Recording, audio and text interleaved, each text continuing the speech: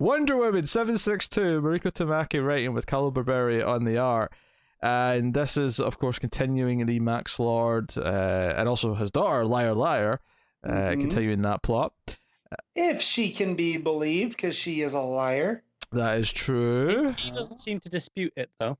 No, but, I wanted to go for the easy, Yeah. That said, though, it is at the last page of the book, so it's entirely possible at page 1 of the next issue will be him going, "What? Who the hell are you?" Yeah. How dare you?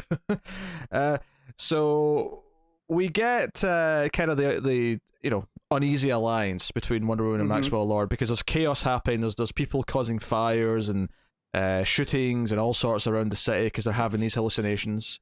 It's a little close to home for me right now. Mm-hmm.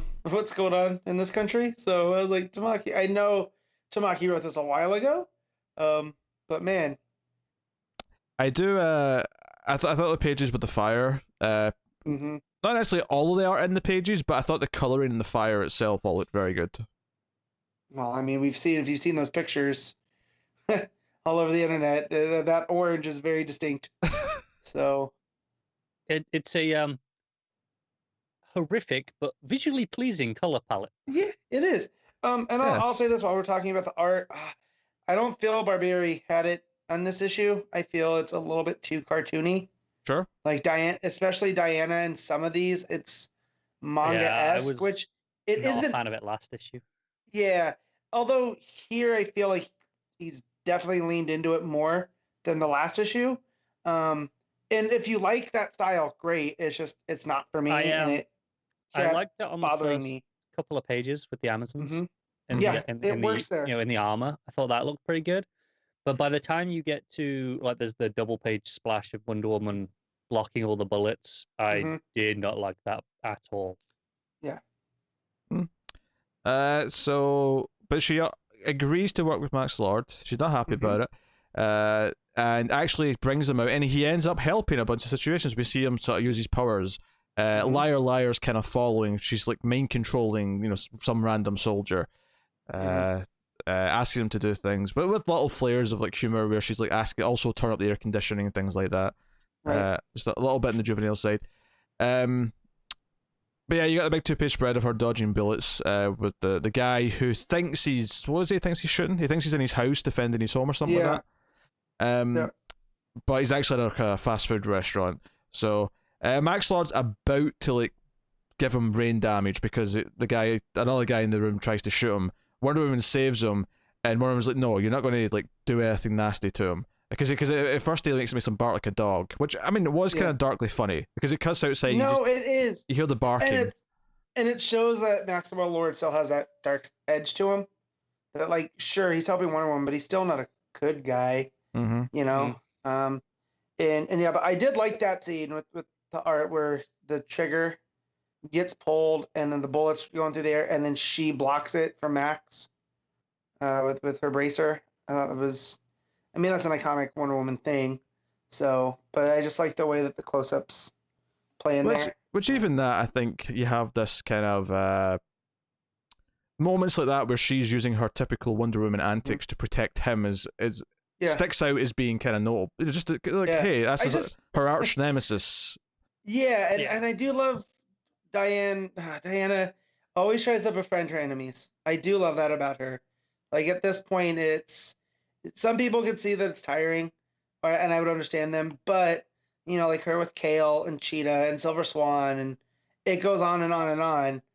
That's just who Diana is. So the fact that she does, it's not just for the mission, right? She is trying to preserve Max Lord. Honestly, my least favorite bit of art of the book is probably the page where the guy's like crouching barking like a dog. At the bottom of that page, for some reason, Wonder Woman's hair is just perpetually just kind of up in the air, and it looks like she's underwater. I know. It was kind of like got a wind machine on it. It was kind of weird. There's a few bits like that, and the very final page, when Liar stood there and she's got the military police kind of all mind controlled, and they're supposed to be pointing the guns presumably at Wonder Woman and Maxwell Lord, but it looks like they're just, at least one of them definitely just looks like straight up pointing at Liar. Just one of them, yeah. Two of them are sort of pacing the same direction, but there's one in the front that looks a bit more angled. Yeah, but at the same time, it's a perspective thing.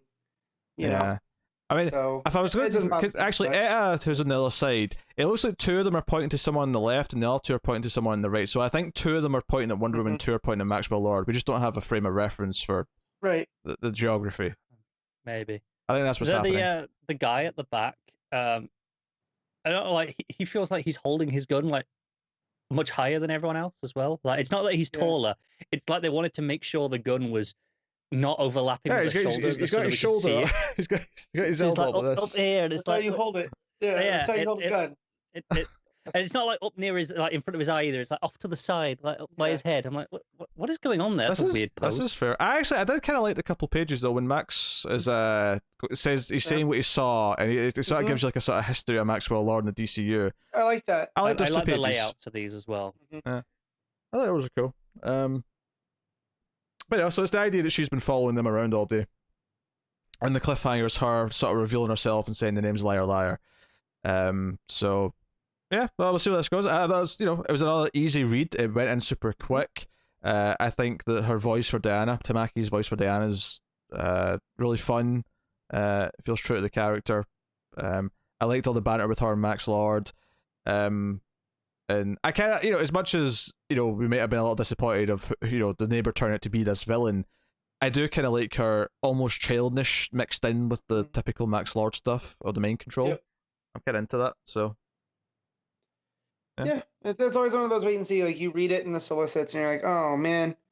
But the way that it's being pulled off, I think it's pretty good.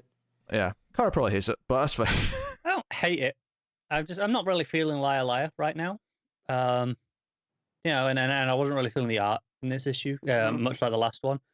But I do like the overall voice, and I like everything between Diana and Lord in particular. I think their dialogue is particularly strong. So I definitely don't hate this issue. You be kind to Liar Liar. She's clearly grew up watching Jim Carrey movies, and she picked her name based on a courtroom comedy, one might call it. One of my favorite things in that is when you watch it on TV, and they edit it where he's kicking his own ass. He goes, "I'm kicking my own ass," but it gets beat to butt, and it just doesn't flow. And it just always cracked me up as a kid. Sound drops. It's great. I think they would just leave it, even on network TV, right? Yeah, ass isn't that bad. Well, the edited stuff, there was never a thing in the UK because they just put it on after 9 o'clock, and you could put it out uncut. So that was never an issue. The smart way. Yeah. You do get the odd film that was on in the day with the cuts that were weird.